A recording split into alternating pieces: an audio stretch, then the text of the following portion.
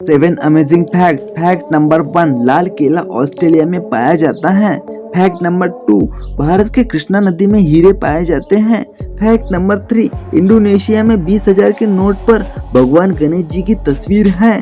Fact number 4, दुनिया का सबसे खुशहाल देश फिनलैंड है। फैक्ट नंबर 5, भारत की पहली प्राइवेट ट्रेन तेजस एक्सप्रेस है।